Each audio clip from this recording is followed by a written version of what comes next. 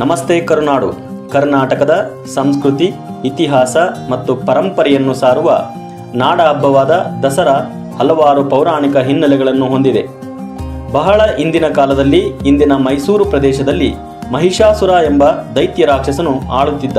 ಅವನು ಉಗ್ರ ತಪಸ್ಸನ್ನಾಚರಿಸಿ ಸ್ತ್ರೀಯನ್ನು ಹೊರತುಪಡಿಸಿ ಯಾವುದೇ ಜೀವಜಂತುಗಳಿಂದಾಗಲಿ ಮಾನವನಿಂದಾಗಲಿ ಸೃಷ್ಟಿಯ ಯಾವ ಮೂಲದಿಂದಲೂ ತನಗೆ ಸಾವು ಬರಬಾರದೆಂದು ಬ್ರಹ್ಮನಿಂದ ವರ ಪಡೆದು ದೇವಾನುದೇವತೆಗಳಿಗೆ ಕಾಡತೊಡಗಿದನು. ಆಗ ಎಲ್ಲ ದೇವತೆಗಳ ಶಕ್ತಿಯಿಂದ ಚಾಮುಂಡೇಶ್ವರಿ ದೇವಿ ಜನ್ಮ ಪಡೆದಳು. ದೇವಿಯು ಮಹಿಷಾಸುರನೊಂದಿಗೆ 9 ದಿನಗಳ ಘೋರ ಯುದ್ಧ ಮಾಡಿ ಆಶ್ವಯುಜ ಮಾಸದ ದಶಮಿಯ ದಿನ ಮಹಿಷಾಸುರನನ್ನು ಸಂಹರಿಸಿದಳೆಂದು ನಂಬಲಾಗುತ್ತದೆ. ಅದರಿಂದ ದಸರಾದ 10ನೇ ದಿನವನ್ನು ವಿಜಯದಶಮಿ ಎಂದು ಕರೆಯುತ್ತಾರೆ. ಮಹಿಷಾಸುರ ವಾಸವಿದ್ದ ಊರು ಮೈಸೂರು ಎಂದು ಕರೆಯಲ್ಪಡುತ್ತಿದೆ. ರಾಮಾಯಣದಲ್ಲಿ ಶ್ರೀರಾಮನು ರಾವಣನ ವಿರುದ್ಧ ಯುದ್ಧ ಮಾಡಲು ಹೊರಟಾಗ ಆಶ್ವಯುಜ ಮಾಸದ 9 ದಿನಗಳ ಕಾಲ ಚಂಡಿಕಾಯಾಗವನ್ನು ಮಾಡಿ ದೇವಿಯ ಆಶೀರ್ವಾದದಿಂದ ರಾಮನು ವಿಜಯದಶಮಿಯ ದಿನದಂದು ರಾವಣನನ್ನು ಸಂಹರಿಸಿ ವಿಜಯಶಾಲಿಯಾದನು ಎಂದು ನಂಬಲಾಗುತ್ತದೆ. ರಾಮನು 10 ತಲೆಯ ರಾವಣನನ್ನು ಸಂಹರಿಸಿದ್ದಕ್ಕಾಗಿ ಹಾಗೂ ಮನುಷ್ಯನ 10 ಕೆಟ್ಟ ಗುಣಗಳಾದ ಕಾಮ, ಕ್ರೋಧ, ಮೋಹ, ಲೋಭ, ಮದ, ಮತ್ಸರ, ಅಹಂಕಾರ, ಸ್ವಾರ್ಥ, ಅನ್ಯಾಯ ಮತ್ತು ಅಮಾನುಷತೆಗಳನ್ನು ಬಿಟ್ಟು ಮನುಷ್ಯರಾಗಬೇಕು ಎನ್ನುವ ಅರ್ಥದಲ್ಲಿ ಈ ಹಬ್ಬಕ್ಕೆ ದಶಹರ ಅಥವಾ ದಸರಾ ಎಂಬ ಹೆಸರು ಬಂದಿದೆ. ಮಹಾಭಾರತದಲ್ಲಿ ಪಾಂಡವರು ಅಜ್ಞಾತವಾಸಕ್ಕೆ ತೆರಳುವ ಮೊದಲು ತಮ್ಮ ಆಯುಧಗಳನ್ನು ಬನ್ನಿ ಮರದಲ್ಲಿ ಅಡಗಿಸಿದ್ದರು. ಅಜ್ಞಾತವಾಸದ ಬಳಿಕ ಆಯುಧಗಳನ್ನು ಮರಳಿ ಪಡೆದು ಕೌರವರೊಂದಿಗೆ ಯುದ್ಧ ಮಾಡಿ ವಿಜಯಶಾಲಿಗಳಾದರು ಎಂಬುದು ಪ್ರತೀತಿ.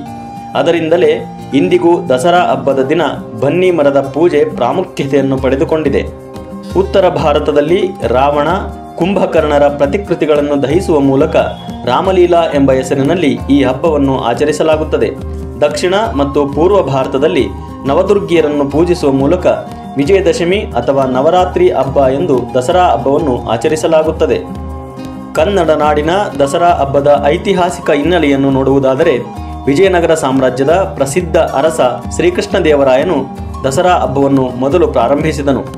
ಹಬ್ಬದ ಭಾಗವಾಗಿ ನವರಾತ್ರಿ ಉತ್ಸವ, ಸಾಂಸ್ಕೃತಿಕ ಕಾರ್ಯಕ್ರಮ, ಕ್ರೀಡೆಗಳು, ಪ್ರಶಸ್ತಿ ಪ್ರದಾನ ಕಾರ್ಯಕ್ರಮ ಹಾಗೂ ಸೈನ್ಯದ ಬಲ ಪ್ರದರ್ಶನಗಳು ಜರುಗುತ್ತಿದ್ದವು. ವಿಜಯನಗರ ಸಾಮ್ರಾಜ್ಯದಲ್ಲಿ ದಸರಾವನ್ನು ಬಹಳ ವಿಜೃಂಭಣೆಯಿಂದ ಆಚರಿಸುತ್ತಿದ್ದರು ಎಂಬುದು ಇತಿಹಾಸದಿಂದ ತಿಳಿದುಬರುತ್ತದೆ. 1565ರಲ್ಲಿ ವಿಜಯನಗರ ಸಾಮ್ರಾಜ್ಯದ ಅಂತ್ಯದ ನಂತರ ಸ್ಥಗಿತಗೊಂಡಿದ್ದ ದಸರಾ ಹಬ್ಬವನ್ನು 1610ರಲ್ಲಿ ಮೈಸೂರಿನ ಒಡೆಯರಾದ 1ನೇ ರಾಜ ಒಡೆಯರು ಶ್ರೀರಂಗಪಟ್ಟಣದಲ್ಲಿ ಆರಂಭಿಸಿದರು. ತದನಂತರ ಮೈಸೂರಿಗೆ ವರ್ಗಾಯಿಸಲಾಯಿತು. ಇಂದಿಗೂ ಮೈಸೂರಿನಲ್ಲಿ ವಿಜೃಂಭಣೆಯಿಂದ ದಸರಾ ಹಬ್ಬವನ್ನು ಆಚರಿಸಿಕೊಂಡು ಬರಲಾಗುತ್ತಿದೆ. ದಸರಾ ಹಬ್ಬದ ಅವಧಿಯಲ್ಲಿ ಮೈಸೂರು ಅರಮನೆ ಸೇರಿದಂತೆ ಮೈಸೂರು ನಗರದಾದ್ಯಂತ ವಿದ್ಯುತ್ ದೀಪಗಳಿಂದ ಅಲಂಕರಿಸುವುದು ಪ್ರವಾಸಿಗರ ಅತ್ಯಂತ ದೊಡ್ಡ ಆಕರ್ಷಣೆ.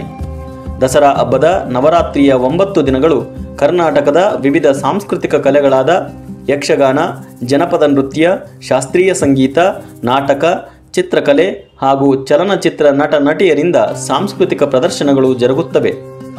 ದಸರಾದ 10ನೇ ದಿನ ಅಂದರೆ ವಿಜಯದಶಮಿಯಂದು ಬಂಗಾರದ ಅಂಬಾರಿಯಲ್ಲಿ ಚಾಮುಂಡೇಶ್ವರಿ ದೇವಿಯ ವಿಗ್ರಹವನ್ನು ಅಲಂಕರಿಸಿ ಆನೆ ಮೇಲೆ ಇರಿಸಿ ಜಂಬೂ ಸವಾರಿ ಮೆರವಣಿಗೆ ನಡೆಯುತ್ತದೆ. ಮೆರವಣಿಗೆಯು ಮೈಸೂರು ಅರಮನೆಯಿಂದ ಆರಂಭವಾಗಿ ಜನಪದ ನೃತ್ಯ, ವಾದ್ಯ, ಸಾಂಸ್ಕೃತಿಕ ಪ್ರದರ್ಶನಗಳೊಂದಿಗೆ ಬನ್ನಿ ಮಂಟಪಕ್ಕೆ ಬಂದು ಬನ್ನಿ ಮಂಟಪದಲ್ಲಿ ಬನ್ನಿ ಮರಕ್ಕೆ ಪೂಜೆ ಸಲ್ಲಿಸುವ ಮೂಲಕ ಸಮಾಪ್ತಿಯಾಗುತ್ತದೆ. 1880ರಲ್ಲಿ ಮೈಸೂರಿನ 10ನೇ ಚಾಮರಾಜೇಂದ್ರ ಒಡೆಯರ್ರವರಿಂದ ಆರಂಭವಾದ ಕೃಷಿ, ತಂತ್ರಜ್ಞಾನ, ಕೈಗಾರಿಕೆ, ಆಹಾರ ಮೇಳ, ಹಸ್ತಕಲೆ, ಆಟೋಪಕರಣಗಳ ವಸ್ತು ಪ್ರದರ್ಶನ ಈ ಹಬ್ಬದ ಮತ್ತೊಂದು ಆಕರ್ಷಣೆ. ಮೈಸೂರು ದಸರಾ ಕೇವಲ ಧಾರ್ಮಿಕ ಹಬ್ಬವಾಗಿರದೆ ಅದು ಕರ್ನಾಟಕದ ಇತಿಹಾಸ, ಕಲೆ, ಅಸ್ಮಿತೆ, ಸಂಸ್ಕೃತಿ ಮತ್ತು ಪರಂಪರೆಗಳನ್ನು ಜಗತ್ತಿಗೆ ಸಾರುವುದರೊಂದಿಗೆ ಪ್ರವಾಸೋದ್ಯಮಕ್ಕೂ ಕೊಡುಗೆ ನೀಡುತ್ತಿದೆ. ಒಟ್ಟಾರೆಯಾಗಿ ಧರ್ಮೇ ಜಯ ಎಂಬುದು ನಾಡ ಹಬ್ಬದ ಮೂಲ ಸಂದೇಶವಾಗಿದೆ. ನಮ್ಮ ನಾಡಿನ ಸಂಸ್ಕೃತಿಯನ್ನು ತಲೆಮಾರಿಗೆ ತಲುಪಿಸುವ ಹೆಮ್ಮೆಯ ಹಬ್ಬವಾದ ಮೈಸೂರು ದಸರಾವನ್ನು ನೀವು ಕಣ್ತುಂಬಿಕೊಂಡಿಲ್ಲವಾದರೆ ಒಮ್ಮೆ ನೇರವಾಗಿ ನೋಡಿ ಅನುಭವಿಸಿ. ಅದು ನಿಮ್ಮ ಜೀವನದಲ್ಲಿ ಮರೆಯಲಾಗದ ಅನುಭವ ನೀಡುತ್ತದೆ ಎಂದು ಹೇಳುತ್ತಾ ವಿರಮಿಸುತ್ತಿದ್ದೇನೆ. ಮುಂದಿನ ವಿಡಿಯೋದಲ್ಲಿ ಮತ್ತೆ ಭೇಟಿಯಾಗೋಣ. ಧನ್ಯವಾದಗಳು.